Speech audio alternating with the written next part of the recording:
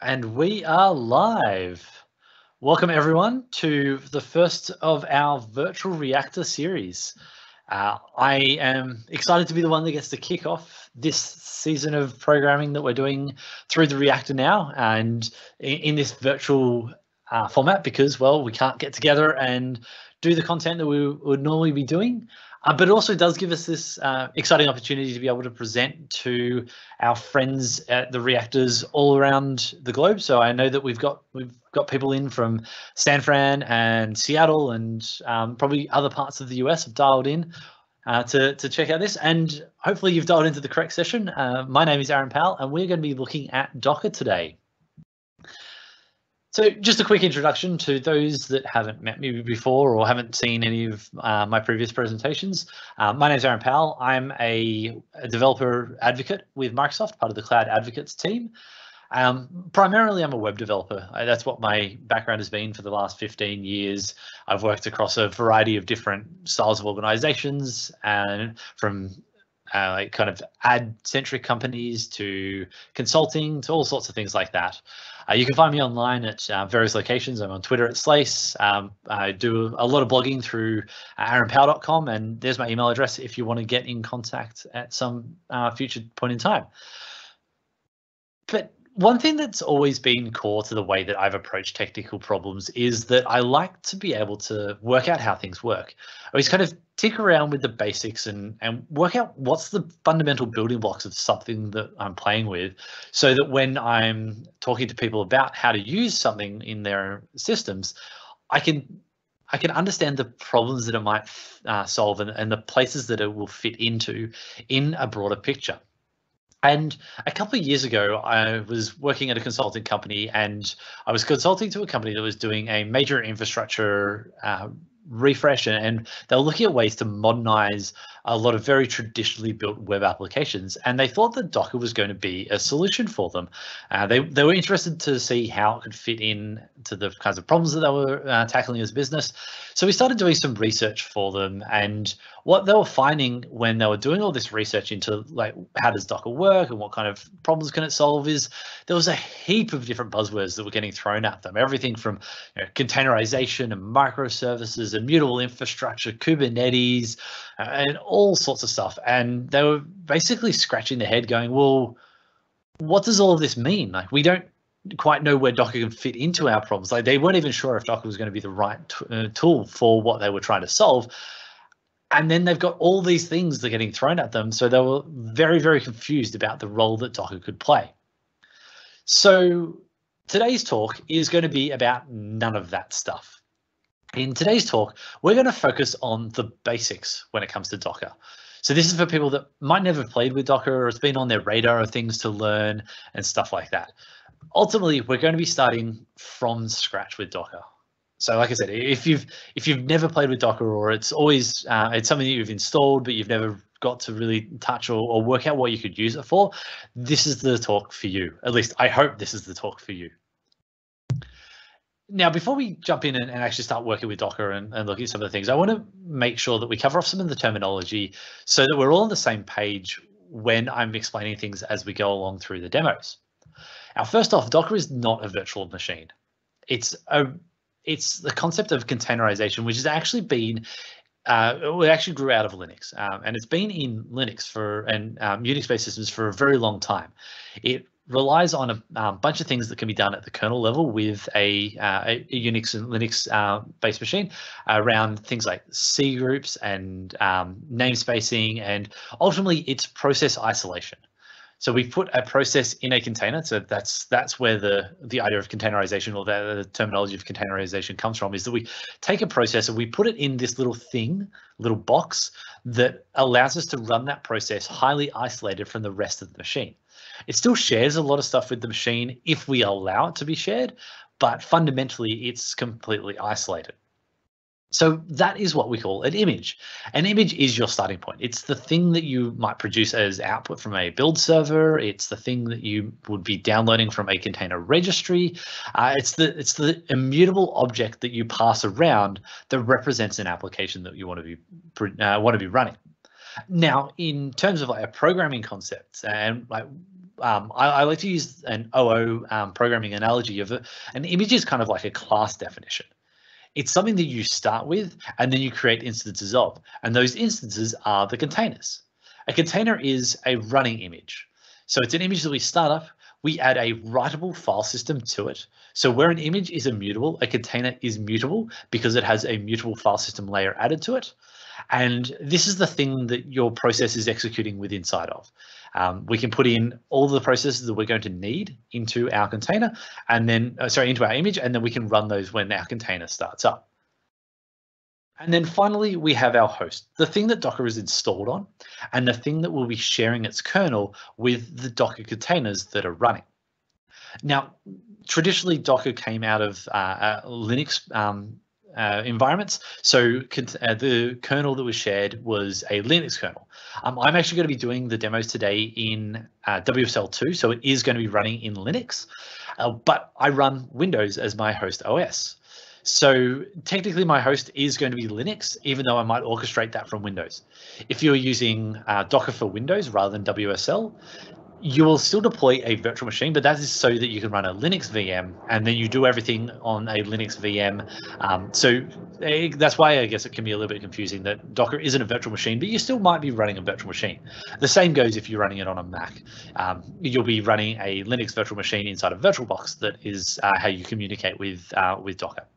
If I was running a Windows containers though, Windows Server or Windows Nano Server or Windows Server as the base image, then I could be deploying that onto a Windows Server instance inside of Azure in AKS or ACIs, Azure Container Services or Azure Container Instances.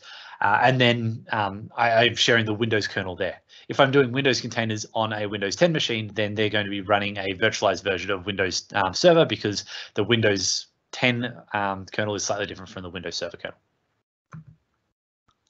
Now with Docker, we work predominantly on the command line. So the command that we're going to start with is Docker. That's the CLI that we'll be working with. We then provide it with a series of, there's a bunch of different commands we can provide, such as run. So I want to run a container from an image. I then can provide it with a series of options, -it. In this case, I'm providing it -it and -rm. -it says that it's going to be an interactive container, so I can connect to it and connect to the standard input and enter commands. And -rm tells this container when it stops, it will then clean up after itself. Finally, we will provide some arguments to the command that's going to be run. In this case, the run command expects an argument of the image name, Ubuntu, and optionally a entry point or a command to execute when this container starts up. So I'm just going to default it into the bin bash shell when we kick off this container in its execution.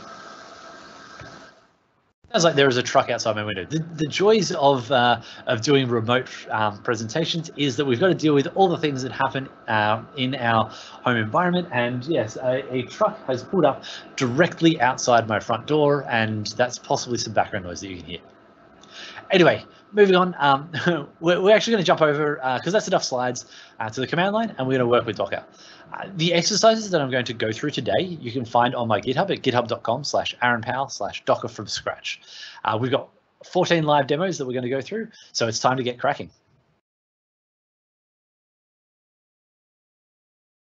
Now, to make things work a little bit faster and save me typing out a whole bunch of stuff, I've created an alias inside of Linux, which will execute this run.sh that I've got open here in VS Code.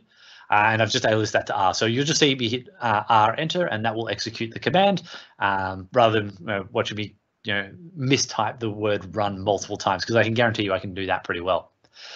Now, for this, we're going to kick off the Ubuntu container like we had in our slides just before. Going to execute Docker with the run command -it until it's interactive. I'm also passing through platform Linux as an option, and this is as an argument, and that's because I've got my machine set up so that I can run Linux or Windows containers through Docker for Windows and Docker for Linux. So I have to specify the platform. Now, if you're just targeting one operating system, you don't need to provide that. Then I'm saying that I want Ubuntu, and bin bash is going to be what I execute. So we'll come over here, we'll hit R, and it's going to run that example. And in a moment, you'll see that I drop into a slightly different shell prompt. Now, this is my container. So if I hit ls, you'll see it's a Linux file system. I can do ls-la, and I can see file system attributes on things. I could echo hello, everyone, and then redirect that out to temp.text. ls, and we'll see that there's a file is now written to our file system. And then if I was to type exit, I will exit out of that shell and I'll be dropped back to my parent, which we can see here. Now let's run a different Docker command. And this time I'm going to use Docker PS, which is going to list all the running containers that I have on my machine. I have no containers running because I just exited out of that one. So instead, if I was to do PS-A, so I list all the running containers, or the stopped containers, or the containers in any other state that they may be. And we'll see here is our one that we just ran, the Ubuntu one. We see that it was created 51 seconds ago and it exited 21 seconds ago. It's got a container ID and a name and a bit of other information I can look at. Now that's useful, particularly the container ID and the name, because I could grab this container ID, copy that, and then do Docker start and then provide it with the container ID. Alternatively, I could give it the container name if I wanted. I hit Docker start, and then this is going to start up that container again. If we do Docker PS, we'll see that that's running. It was created a minute ago, but it's been up for 3 seconds. Now I can do Docker attach, right with our container ID again. And we're going to connect onto that container and do ls, and we'll see, there we go. There's that file. I'm just going to split my shell, pop over a new one over here. And if we were to do something like Docker logs -f, so to follow the logs, give it the container ID. I can see these are all the commands that have happened, all the stuff that's been written to standard output for that container. Drop back over here, and if hit ls again, you see it's updating logs, cat of temp, temp.text, and we get the output there, all sorts of things. So I can track what's happening within inside of my container in real time by looking at its logs. Now, if I want to stop a container, I just need to exit out of the process that's happening in there. So I can type exit with inside of my shell, or if I stop monitoring the logs, I can tell it to exit with Docker stop, and then we'll say stop of that process. Sorry, stop of that container ID, and that's going to send the appropriate exit signal across to the container. It's stopped, it's removed. Close off my other shell, and Docker PS-A, we can see that it's there, it's in an exited status. And then finally, I can do Docker RM and provide it with the container ID to remove that container once it has, once I no longer need it. So let's now jump forward to the next one. And we'll have a look at, whoops, not my slides. I want to go back to VS Code. All right, so here in VS Code, I've got a bunch more commands that I'm going to be executing. I'm going to run the same Docker run, but I'm going to run it 3 times. There's one difference here that I've got is that I'm using -d or -daemon to execute this container and not attach directly to it. This could be useful if I want to run a container and then I want it to be interactive, but I don't want to be currently interacting with it. I might want to come back to it. And that's what I'm going to do in this case. I'm also providing a --name argument because I want to customize the name instead of letting it auto-generate for me. So now if we come back over to our shell, just drop back up to the top here, run, we'll see that we're going to start up 3 containers now. Each of them are going to have a unique ID, and I'm going to split my terminal again. I'm going to split it a couple of times because we're going to attach to each of those. And it's going to take a moment because it's starting all of them plus plus splitting terminals plus starting up 3 new shells. So give us a second while it runs, and I'm going to grab a drink so I can clear my throat. All right, there we go. I'm going to do Docker attach. So like I said, we can attach with the container ID or the name. So Ubuntu 3, Docker attach Ubuntu 2, and finally Docker attach Ubuntu 1. And oops, if we come back over here, Docker PS, we'll see that we have all 3 of them running. They're all created at slightly different intervals to each other. And if we have a look on each of them individually, they have their own files. Oops, not Docker. I want to just ls. They each have their own file system.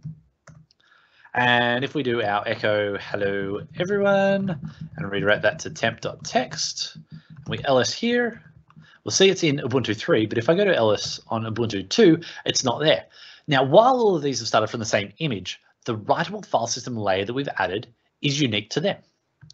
So anything I add in one container is not available in another container. Now, like I said, we can do Docker stop on like Ubuntu 1, and that will send the appropriate sigterm exit signal through to the process. So in this case, it's a shell, so it sends through exit. But if it's like a Node application or a .NET application or whatever it might be, it will send the appropriate kill command to those. So it will gracefully exit, clean up any resources that connection might have open, like if we were talking to a database server or something like that. And we can also do Docker kill and then provide it, say, Ubuntu 2. That's not how we spell Ubuntu 2. And this will send it'll send a hard exit. So it's not going to gracefully exit. It's just going to terminate that process, kind of like a kill the -9 or something that you might do in a Unix system.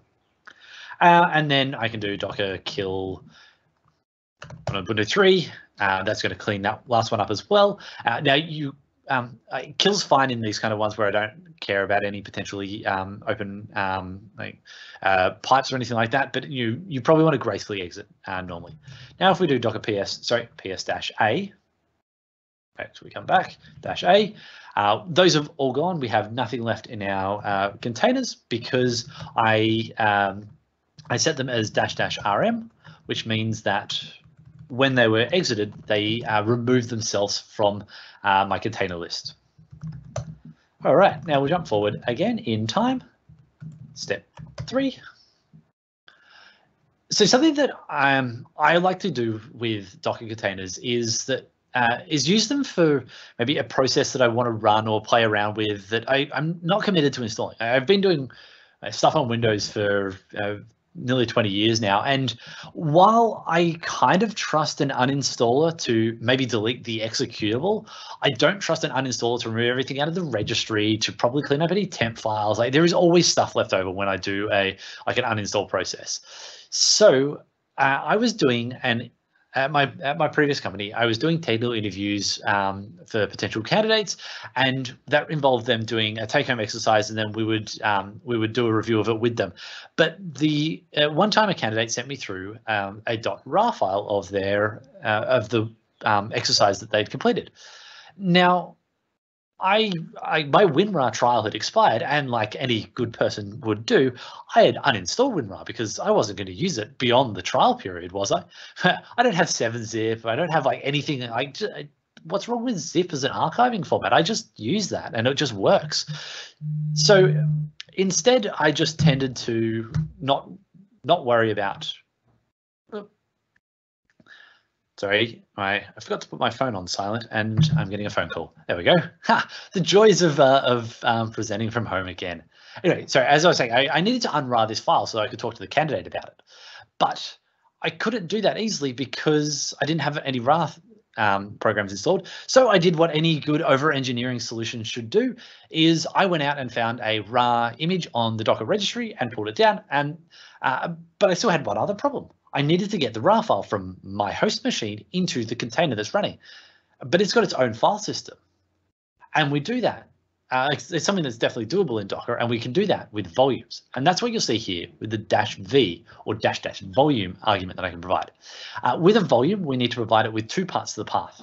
First is the path on the host. In this case, it's $pwd because it's the current working directory, and then : location on our containers file system. So I'm just putting this into a folder called /files at the root. So that's going to be at the root of the file system. Let's kick that off. We'll see what happens. It's going to execute the unrar. It's unpacking it. Don't worry, this isn't the candidate's code. This is another RAR file that I had in my emails. So I'm not sharing anyone's code. This was stuff that was previously up on CodeFlex, I think, or maybe GitHub. I don't know if it ever actually got migrated. It was a project that we used to work on at my last company. Anyway, so that's unrarred, extracted all those files out. And if we come back to VS Code, see now I have a trunk folder, and then I have all these files that listed within inside of that. And that's because when I do a volume mount, by default, it's a read-write mount. So I can put files in there from my host that can be accessed by my container, and my container can then write back to my host by using that same volume.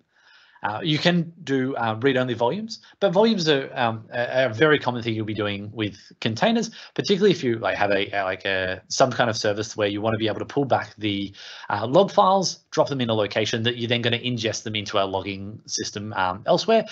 You would mount a volume that you can push those out into. All right. Use Docker to do like volume mounting and kind of a single use container, because now once it's removed, once it's cleaned up after itself, I don't have to worry about latency points of like an Unra program left on my machine. I no longer have access to Unra. But another use case could be you want to prototype with a new programming language, or you want to play with a new platform. So here I'm just going to start this one up. Here I want to run a Node application. Maybe I want to experiment with those, see if it's going to be useful, or maybe I want to trial out one of the new builds of Node. I want to try out Node 13 and some of the features there, but I'm not wanting to install that and worry about swapping versions, or we're not ready to migrate that on our core application. Similarly, I do this with the .NET Preview frameworks. Rather than installing a preview framework, I will download a Docker image that contains that preview framework and do my development in there.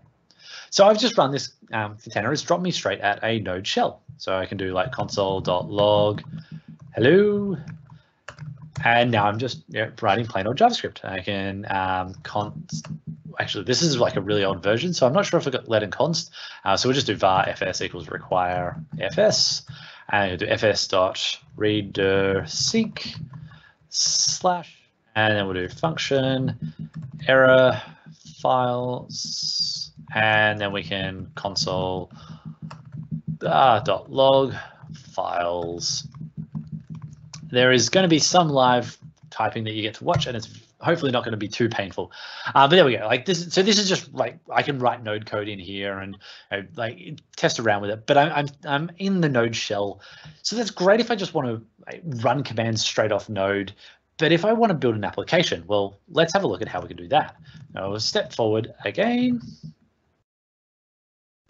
Now, I don't want to have to try and convince anyone to become like a Node programmer or anything like that. So I have an application here. Don't worry if you're not familiar with Node. It's a pretty simple application. All I'm doing here is creating a web server. It's going to be listening on port 3000, and when I hit it, regardless of what path I hit, it's just going to return me a hello world as a text response.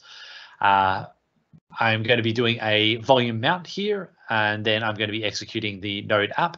I'm also specifying the working directory when the container starts running. So -w is working directory.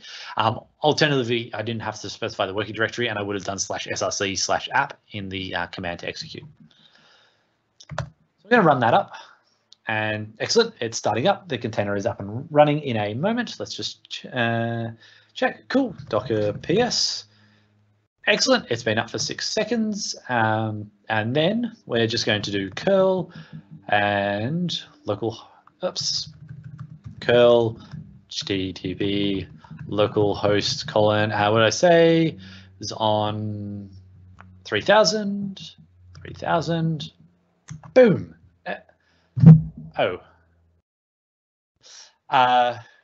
Yay for live demos. Yep, demo file. So that's a good start. Hang on a sec. Let's just docker logs -f. I called it node deny. Yeah. Okay, cool. Server is up and running. Let's just split. So I can run curl. See if we get anything in there. Curl. Nothing in the logs. Okay, so I do actually know why this is failing. It's a design failure with inside of the talk. Now, so this gives me the opportunity though to show you something useful, because I haven't actually got a port that I can connect to. So if we go Docker PS and have a look at the what the output is there, we'll see that there is ports over on the side, but I have no ports. Although it expects ports, it doesn't have any ports. Or we can do Docker inspect node. So I can have a look at the config of that container while it's running. And now if we have a look, so we have a networking here, and we've got the network that it's connected to, excellent. But if we scroll up a little bit, we'll see that there are no ports. Despite the fact that my application wants a port, I've never actually told the host that there is an available port. So let's just do docker kill node. I don't need it to gracefully shut down. And we're going to do docker checkout git checkout step 6. Jump forward in time, and we'll come back. So when we run an application that is going to need port access, so like a web server or like a socket server or anything like that, we need to make sure that we bind ports when we run that container. Here we use -p to bind the ports, and it works similar to the way that we do a volume mount. We do port on our host to the port on our container. Now, this is useful because our container might expose multiple ports, or we might have multiple containers that want to listen on the exact same port. But our host just says, well, you might want port 3000, but I'm going to give you port 8080 when I'm connected through, and the Docker networking will take care of that routing for you. So now if we do Docker, now if we run the application, we do docker ps and have a look at the output that we get here.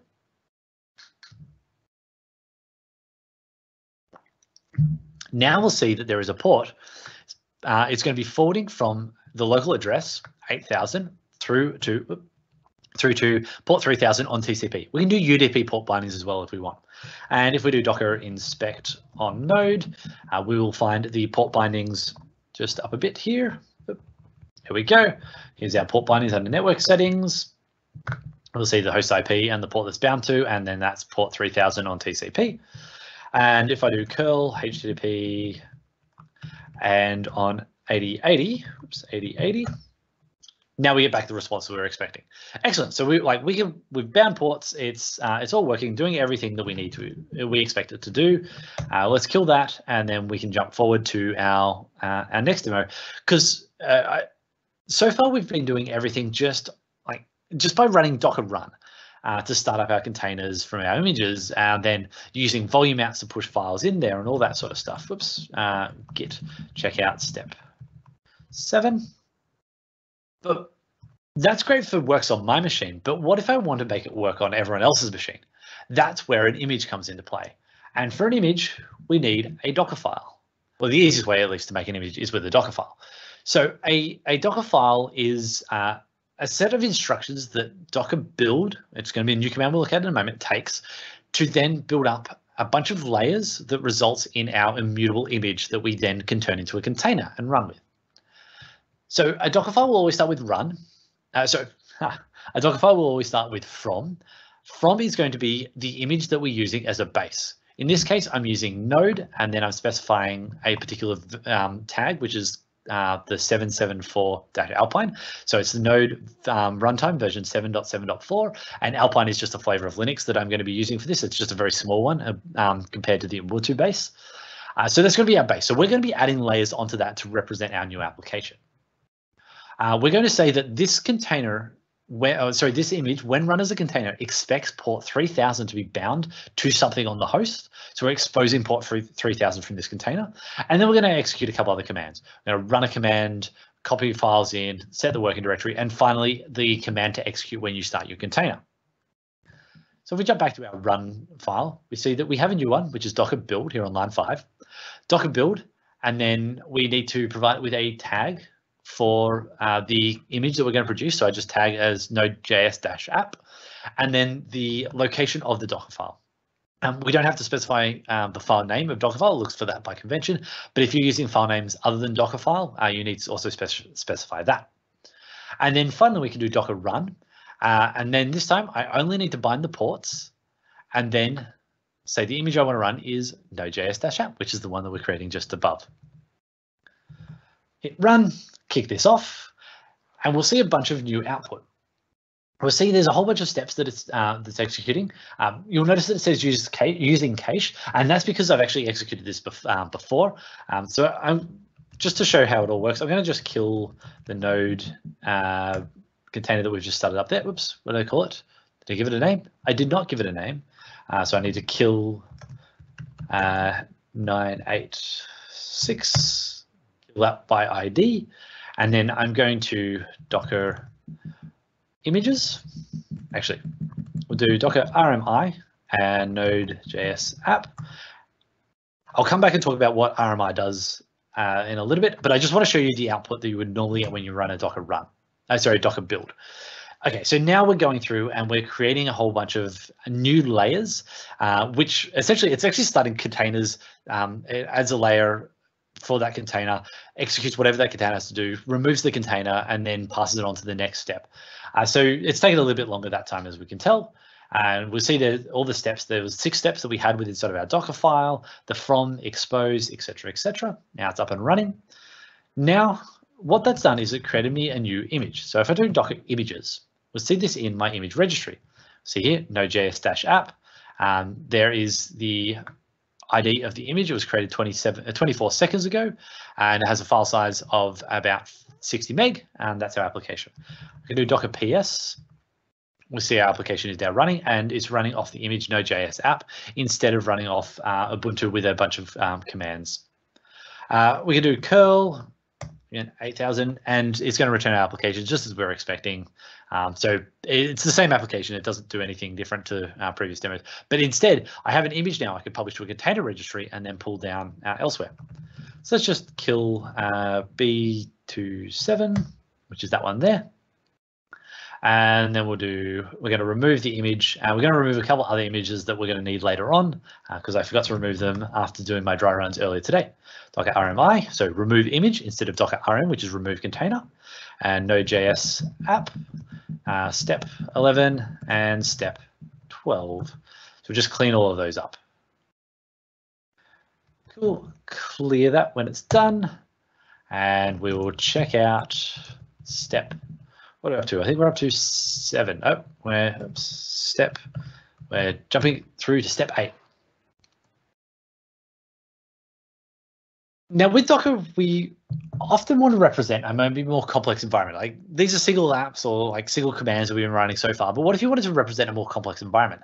That's where the tool Docker Compose comes in. Docker Compose is a standalone tool from Docker. It comes bundles with Docker for Windows and I think Docker for Mac, but on Linux you have to install Docker Compose separately. And what Docker Compose does is it looks for a YAML file with Docker Compose as the file name convention. And inside of that we define the things that we need for our Docker environment. We define services, we define networks, we define volumes, and a bunch of other stuff. Services are the things that we want to run. So in this case, I'm defining a node service. I'm saying that it's going to use an image with some ports bound, volumes mounted, working directory, commands, etc., etc. So this is equivalent of the Docker run command that we have done previously. Let's kick that off and have a look at how we're executing that. So we use Docker Compose. We're going to compose from the Docker Compose.yaml file. We're going to bring up the environment, and specifically we want to bring up the service called node.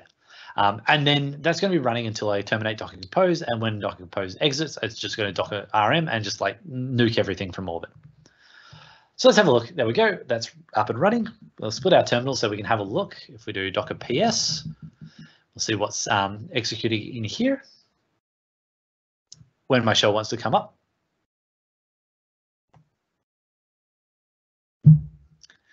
There we go. It's running. It's using the Node 774 Alpine. It's got the application and kind of all of the stuff that we've expected. I'm not going to run this because we've seen the Hello World response. And if you want to see, confirm that that does actually give you Hello World as a response when you do a curl, you can have a look at the demos and play with them yourself as well. So it's going to stop. It's going to clean up the containers and clean up the images and all that sort of stuff as it shuts down my environment, removing everything. Taking a little bit longer than I would have liked. Now I have to tap dance around. Cool. Okay, so we're going to check out step 9. So while we can use Docker Compose to orchestrate a Docker run command, we can also use it to orchestrate a Docker file. So this is similar to what we had on step 7, where we're doing Docker build and Docker run.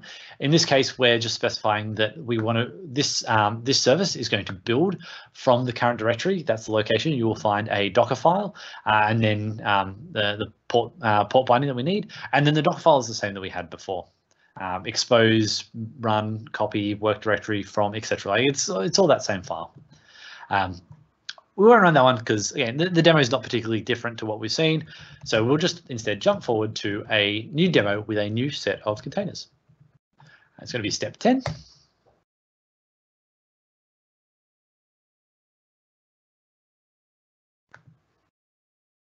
So this time with the Docker Compose file, I wanted to show you how we could stand up something that requires environment variables. This time I want to run a SQL Server. I actually haven't installed SQL Server or Mongo or Redis, kind of like any sort of storage or even like cache style storage. I don't install those on my machine anymore. Instead, I just run them as Docker containers. But sometimes I'm going to need to provide environment variables. In this case, I'm standing up a SQL Server. This is from the Microsoft SQL Server Linux image. So this is a version of MS SQL Server that runs on Linux. I need to provide with some environment variables when it starts up. I need to accept the EULA, the license agreement, and I need to give it a SA password. Now, unfortunately, I've just broadcast what my super strong SA password is to the whole of the internet by putting it on this broadcast. But I think that that's fine because it's also checked into a Git repo. We'll start that one up, and this one's actually going to take a little bit of time because, well, it takes a bit of time to start up a SQL Server. It's a lot more complex than any of the applications that we've previously run. I'm going to fire up a tool so that we can have a look what's in the SQL Server. I'm going to use LinkPad. That's my favorite SQL Server exploration tool. I don't actually run like SQL Management Studio or anything like that. Instead, I just use LinkPad because then I can write like C# code, F# code against databases if I need to do any sorts of exploration. So the SQL Server will take a couple of minutes because, like I said, it's a lot more complex. And this image itself is around, it's over a gig download. So like it's a full-blown SQL Server. Now, a thing to be aware though is that this is a fully self-contained database. So what's happening is that anything that I'm creating within inside of that database is just within inside of that container.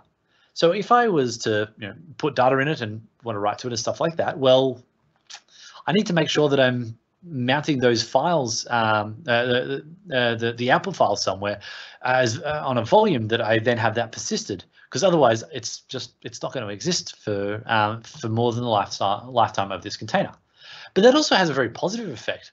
Let's say that you wanted to use like some integration tests where you were going to be reading and writing from a database.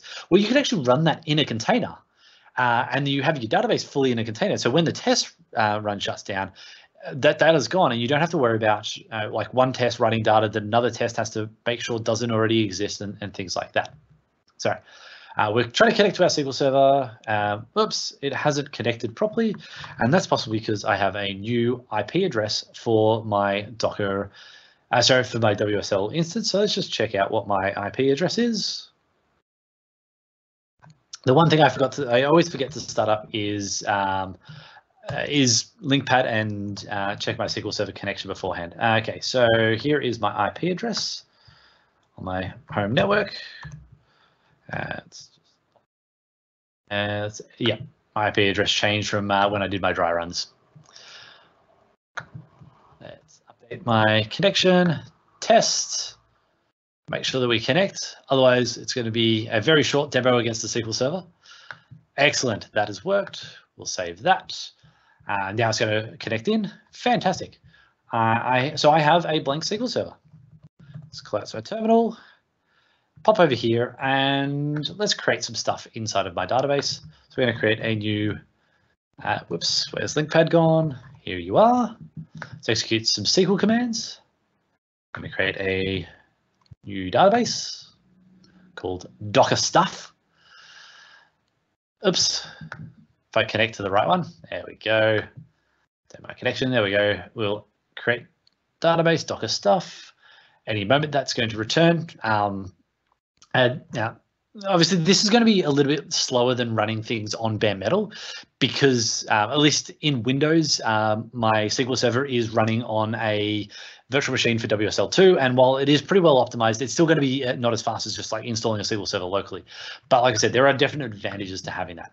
Excellent. So there's my Docker stuff database has been created. Let's pop back over here and let's create a table inside of that. I have these things pre-scripted because I can never remember how to create a SQL table from scratch. And then finally, we're going to execute a query against that. So I grab a chunk of code here, pop that in as a C# block, do against a Docker stuff. Did you not copy when I said Control C? Copy. Paste. There we go. Excellent. Okay. So just to kind of prove out, so our table has been created. Fantastic. Just refresh the connection through to my SQL database, and then I can. Then it's just a SQL database. Like I could be connected to this from any kind of application. Obviously, I've got my my little application here that I maybe did, query executed successfully. Cool. I'm not sure why that hasn't refreshed properly. No, I know why that happened, because I put it into the master database instead of into the Docker stuff. Whoops. Excellent. So the master, I just modified my master database on my database server. Fantastic. Anyway, select the right database, run it again. We'll see that we can insert some data. We can query it. Fantastic. Like, so this is just an application now talking to a SQL database. It has no idea that it's inside of its container or not. Let's terminate that. It's going to clear everything up, hopefully nice and simply, and we will wait for that to shut down. So then, like I said, that's going to delete all my data. We've got to remember that if we're using this as our local development database, you might spend a lot of time standing up data that you previously didn't need to stand up. Okay. So let's jump forward to number 11. Now is what I really want to show how we can do a fairly standard sort of environment setup. And we can do that with an application that I've got here. I just close off all of these tabs. So I've got an application that I've created as a .NET Core application. This I simply went into Visual Studio, went file, new web application, and enabled the Docker features with it. So it's generated me a Docker Compose file because it's representing an environment. So here it's going to be standing up a service called Demo App, which is my web application. There's the information around how it's going to build and all that sort of stuff. And then it's also, I've also modified this to stand up a SQL server. So this SQL server is using our MS SQL thing. It's got our things that we've all also set up. But this Docker Compose file, now when I stand up that environment, it will stand up both containers and then they can talk to each other. Now, like a traditional web application that talks to a SQL server. But I wanted to show how you could do that from the command line if you didn't want to use Docker Compose. So we'll kick this off because it's going to take a moment while to do the build and everything. So this is going to do our .NET restore, .NET publish. So it's going to build our application. And then it's going to create a new image. And let's open up that Docker file. Docker file. So this Docker file uses the ASP.NET Core 1.1. So I haven't actually updated the version of the ASP.NET application since I first created these exercises a while ago. So that's why it's using a very old one. But we also have a new directive that or a new command that we're putting into our Docker file. This is arg. Arg says that I'm expecting you to provide me some information at build time when we're creating our image that helps with the thing that we're creating. We're using that down here on the copy line, here on line 5, inside of dollars, open and close curly brackets, which is the name of that arg, or I've got a colon and then some stuff after it. That is just saying, if I don't provide the argument, here is the default value that you should be using. So this is, and this is basically telling it where to copy the files into that image when it's created. So we'll go back to our run file. We'll see that we provide build args, which is here, and the arg name is source, and then the path that I want to provide in. Set up the step. I create some networks. I put the containers into those networks, and then everything is up and running. It should be up and running by now. Oh no, we're still creating our image. That's taking a little bit. There we go. Cool. We've successfully stood everything up. It's all going fantastic. It's up and running. And yep. I jump over to a browser, I can fire this web application up there, and also just refresh LinkPad because we're reusing. We created a new database, but it's going to be on the same IP address and port because that's what I've exposed. But this database is going to be completely empty because it was a brand new database that was created. Now, I was sure that I said open a browser. It's going to be opening at some point in the future. Awesome. My SQL Server connection has decided not to connect. Yay! I think we're we're running to the end of what our live coding wants to provide for us. The demo gods had been doing so nicely. It's probably the SQL Server is probably not finished provisioning behind the scenes. Okay, great. So now it looks like I've got two browser windows that are opening up. I should have left one up earlier today. We don't need both of them running, so let's just kill one of these. Local host port 1337, because that's where I decided to run this port set from. Refresh. Hopefully my SQL database has stood up by now. Yes, it has. Let's just refresh that to make sure that the person table is actually gone, which it should. Oh, sweet. We crashed link pad. Let's just refresh that. All right, cool. Well, ignore the fact that link pad has crashed because it's not particularly critical to the demo. What is critical to the demo is the fact that my browser is deciding to be exceptionally time poor in getting everything up and running. Any minute now, we should be able to see our web application. This web application has an authenticated component to it, so I need to be able to register an account, and then for the account to be able to be registered, it needs to be able to talk to the SQL Server. Here we go. Fantastic. We'll click register. It's take me through to my registration page, and if I type in an email address at microsoft.com, a secret password, and I think I got them both. I knew I was going to stuff that up. We'll hit register. Now, because this is a completely empty database that I've just stood up, the database tables that are required for the account to be provisioned haven't been created yet. So it's bringing me back an error going, well, hang on a sec. I've connected to the database with the credentials, but the table, I've connected to the server with the credentials, but the database you want me to open doesn't exist. Because this is a .NET Core application, it's got EF Code First Migrations enabled, so I can click Apply Migrations, which is going to talk to the SQL Server. It's going to stand up the tables and the database that we need. If I do a refresh, that'll be there in a moment or two. There we go. Cool. That's done. It's creating all of our tables. The browser is it's now saying that I can refresh the page because the migration has been completed, resubmit that form.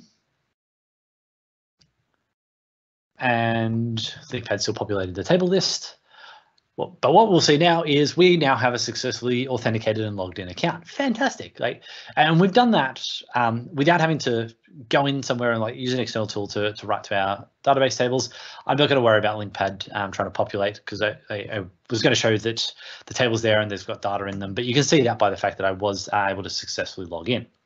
So let's just clean up this demo and we'll jump through the next one, because there's one thing that we've done with the way that we set up this environment, like this web application SQL Server design, that is probably not ideal.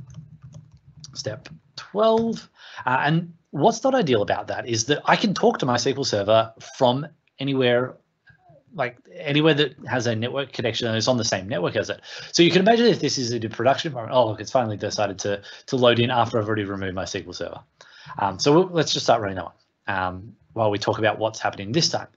So traditionally, or normally when you're setting up a web application and databases and other resources, you probably want to set up like a DMZ, where you have the resources that need a level of security or you shouldn't have publicly accessible.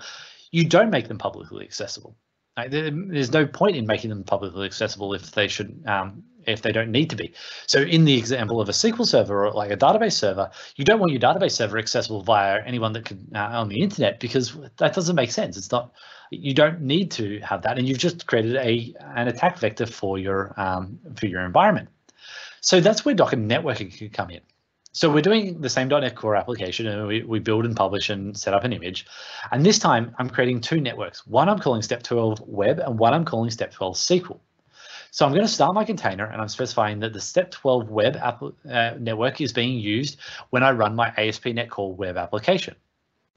And then when I run my SQL server, I'm putting it in the Step 12 SQL network. Now, what's going to happen is everything's going to be stood up. Excellent. We'll come back here, we'll refresh. My web application is going to be all fine and dandy, and it's going to be up and running, but it needs to talk to our SQL Server, and it no longer will be able to, because if we give this a moment, any moment now, come on, web application, start up.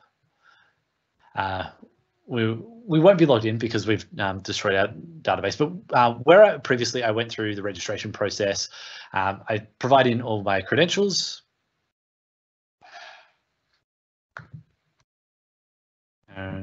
Powell at Microsoft.com. Let's see if I can get my password the same. Let's try that without.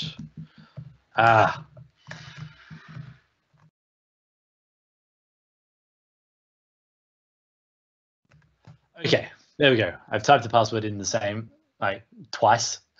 It's amazing how much harder it is to type the same password twice when you know people are watching. Even if I can't see anyone watching, I know there are people watching this. So now my SQL Server, so now my web application is attempting to talk to the SQL Server. It's going, hey, I need access to your database. So we'll also just refresh link pad in the background. But it's going, well, hang on a second, we've got a network error. I can't find a SQL Server at the address that you specified. It doesn't exist. And that's because we're not in the same network. Okay, well, let's hit this, hit enter here, and we'll just run through to the next command where I'm doing docker network connect, step 12 SQL, so the name of our network, web, the name of our container, and we're going to be adding that web application while it's running to that container, to that network.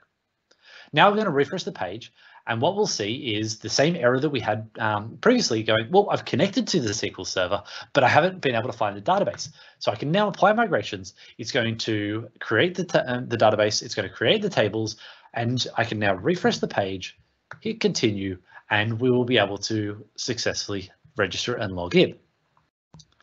LinkPad, on the other hand, has timed out. We'll see that we have a network error now when trying to talk to that SQL Server. And no matter how many times I refresh, I'm not going to be able to connect because it has no exposed ports. It isn't in the same network that my laptop happens to be in, so I can't access this. Now, the way that you would then make this accessible is you would have like a jump box that you would connect to, and then you would use that to talk to the SQL Server, the way that you would do a fairly standard DMZ setup. And that's how we can put a level of security by using networks within inside of our Docker environments.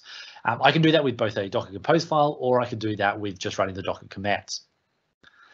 And finally, let's jump through to the last set of demos. Now, the name of this talk is called Docker from Scratch. And the reason I call it that is, well, you might have seen in the Docker file, is we use from as the very first command. And we need to use some sort of a base image.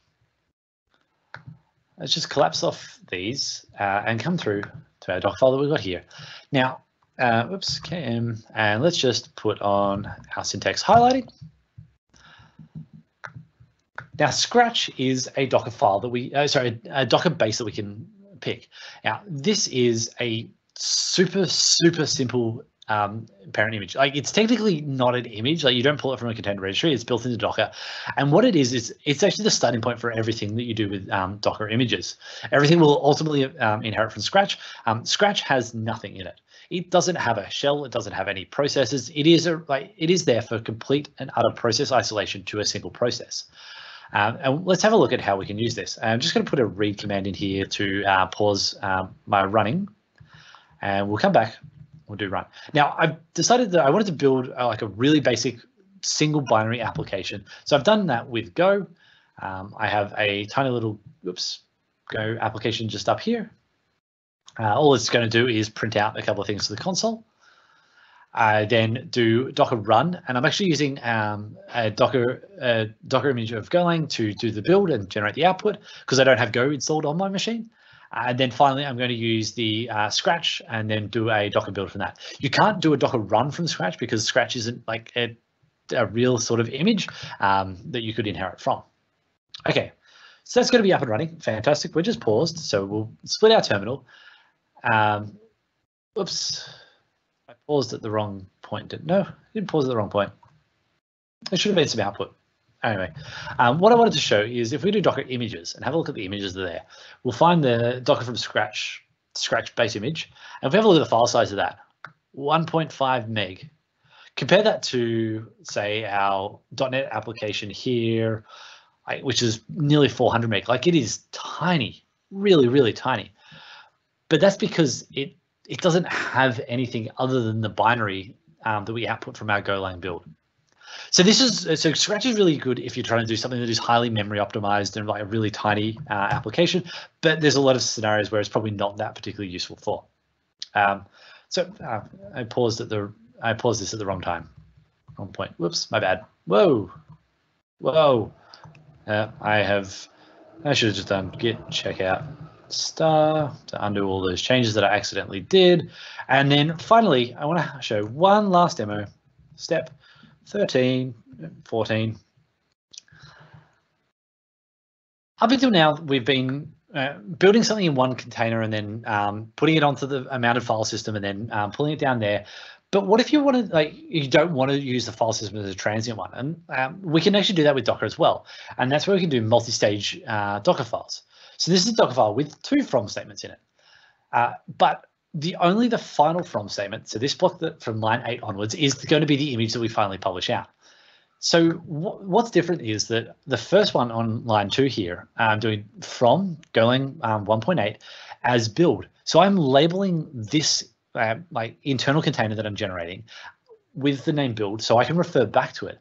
So it's going to do the go build and generate my binary, and then it's going to do from scratch, set the working directory, and then it's going to copy from build instead of from my local directory the output that I have, and then put it into our container. So that Go binary is never going to end up on my host machine. So this could be useful if you're doing tests and you want to do a build test, and then assuming that the test pass, you then publish the image. If the test fails, you don't publish an image. So that's another scenario that you could be using it for. So we'll run that. Did I put my pause in? I think I forgot my pause. Anyway, I've got some other verbose debugging in there. But what we'll see is that by having a multi-stage, you might be mistaken thinking that we've ended up with a whole bunch of stuff in our final image that we don't need in there. But we'll see in the output, I'm doing a Docker images. We'll see that the output of that, there we go, running our container. Docker from scratch, it's still only like 1.5 meg. Oops. It's tiny. It doesn't, so it just contains that final binary output. Ooh, well then, that is 14 live demos of how you can go from the very first Hello World demo through to Docker with Docker through to multi-stage builds, configuring environments, and all sorts of stuff like that. And just some parting words before I have a quick look at the chat. Images are great for experimenting with containers. And maybe with runtimes and languages and stuff like that. They're great for experimenting because you can get rid of them at the end of the day and you don't have to worry about doing uninstalls and stuff like that. Compose is a really useful way to represent an environment, the services that you've got there, the networks you've got, volumes, etc. But you don't need to use Docker Compose. You can, it's just orchestrating the Docker command line. You could use networks to create a DMZ and represent a fairly traditional network structure that you would have with virtual machines, but you can do that with Docker using networking. And Scratch, this talk is Docker from scratch. Scratch is kind of useful, but not for most sorts of applications that people are going to be building. It's for highly memory constrained or really highly performance sensitive operations. This is where you'll find all of the exercises. There's a wiki on there as well, which explains what happens at each step. They're all done as git tags, so you just check out the tag as you progress through. I hope that's been interesting. I hope you've enjoyed. I hope you've learned something. So with that, we'll wrap up the talk. My name is Aaron Powell. Again, if you want to find me online, you can find me at Twitter. That's my website, and there's my email address if you want to have, if you want to be able to, if you want to contact me and ask me any questions. I'm more than happy to do that. So let's just have a quick look at what's happened in the live Q&A. So there's a question around the experience around VS and VS Code with working with Docker, like an F5 experience. Yes, actually, you do get that with both VS and VS Code. I've got an article that I've written about how you can set up VS Code for remote debugging of Docker containers, which I will publish out on Twitter. Or actually, I'll post it on the Reactor Sydney meetup page after this. But yes, you can definitely do it. If you go to my website, you will find that article in there. I talk about it. But yes, you basically have the same F5 debugging experience. In VS, it's exactly the same experience that you've always had with debugging. Cool. I said that there was a question around Doc that Jack has got in there and answered, and yeah, let's just have a look at all the okay, so Andrew's asked a question around could you SSH into a container? Yes, as long as you've got SSH and you're exposing the appropriate ports, there's you can by all means SSH into a container, because at the end of the day, it's just it's a Linux system. So whatever you would put into a Linux system, you can stand up SSH in there, like the SSH server. You can connect to it. You can do like SAP copying files and all that sort of stuff in there. But then you're kind of making the container a bit more like I guess a pet rather than a transient thing. So you more want to put stuff into the image, and then you have a very thin layer over the which is the writable file system, and you've got to remember that that file system only exists while that container exists. So there's another question around are the parent images immutable once they're created? So if you mean from the from statement, and then when you do a Docker run, yes. So an image when it's created is immutable. You can't change what happens in there without creating a brand new image. So there, because it does a SHA of each layer as it's being generated. So if you change anything in your Docker file, the SHAs are likely to change. When I did the first Docker build, there was a whole bunch of like used cache or from cache, using cache was output to the terminal. And that was because the Docker file, it will try and find layers that have been previously generated and use them rather than create everything every single time. And it looks at by looking at the SHA that could be generated for that layer based off of all its parents. And if it finds one, it will reuse that. So that's a way that you can speed up a build process, is that the things that are less likely to change, so the files that you copy in and stuff like that, those are things that change. So you have those at the last few steps of your Docker file. Everything else you have higher up so that they can be shared across multiple ones. How does SQL Server licensing work with containers? I'm not actually sure, because I've only ever used them for dev containers. I don't actually deploy the SQL Server in production in a container, because I tend to deploy stuff in cloud, so I just run Azure SQL as the SaaS offering, because that way I don't have to worry about backups and network backups and restores and data redundancy and things like that. I use SQL Server predominantly for local development. There will be stuff on MS Docs, so I can find the link out and pop that up on Meetup if you're interested to learn more about what the licensing implications are if you're deploying. But I would always encourage someone, whether it's SQL or Redis or Mongo, look at the SaaS offerings that we've got in Azure to be able to deploy those rather than crafting your own containers to run them. The containers are useful for maybe non-production scenarios. Cool. Well, we're 5 minutes past the hour, and this was only supposed to go for an hour. But so we'll wrap up the live stream there. Thanks everyone for dialing in. And I said, hope you've enjoyed something. We'll pop the links up on the Meetup page, and I hope you enjoy the rest of your day.